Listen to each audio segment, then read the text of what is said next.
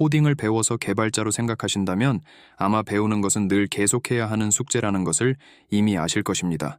개발이란 분야가 원래부터 새로운 기술들도 나오고 실제로 개발자로 일한 후에도 프로젝트에서 필요로 하는 것이 다양하기 때문에 이런 꾸준한 공부는 당연하게 생각합니다. 하지만 이번 코딩 이응이응 해도 될까?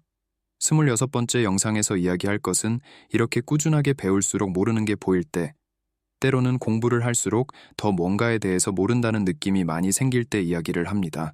구체적인 예를 들으면 처음에 웹 개발을 배울 때 프론트엔드 개발과 백엔드 개발, 이렇게 이름들만 알고 시작합니다. 그러나 프론트엔드 개발을 할수록 HTML, CSS, 그리고 자바스크립트 같은 언어 말고도 타입스크립트도 공부해야 한다고 이야기 듣고 React, Vue, Angular, Svelte 등 새로운 프레임워크들도 공부해야 한다는 것을 알게 됩니다.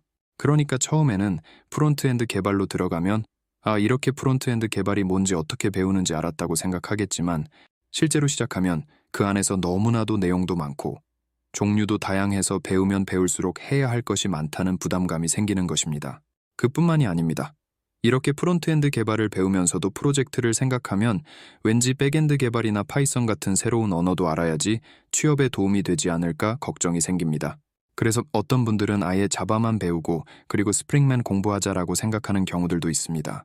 물론 그렇게 해도 자바 같은 경우는 내용이 워낙 많고 코드들도 복잡하고 기업에 따라서는 자바 개발로 공부를 시작해도 스타트업에서 자바스크립트 같이 빨리 개발을 원해서 다른 언어를 배워야 할 수도 있습니다.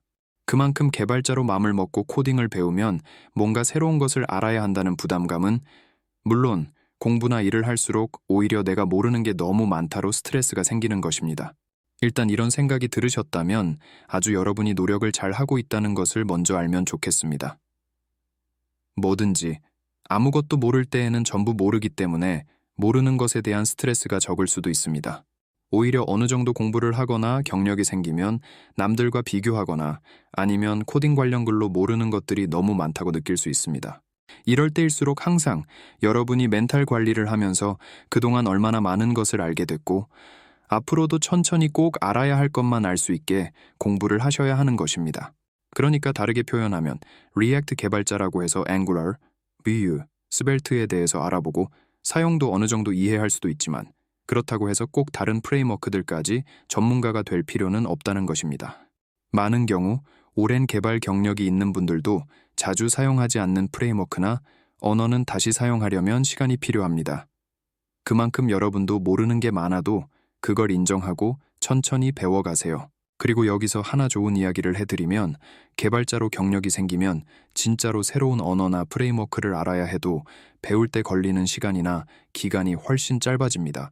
그러니까 배워야 하는 게 많다고 느껴도 실제로 걸리는 시간은 처음보다 많이 적게 요구한다는 것입니다.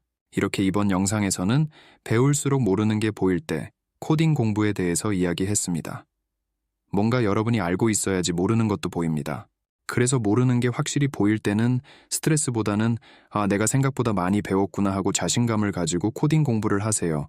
오늘도 영상을 봐주셔서 감사합니다. 구독과 좋아요를 부탁드려요.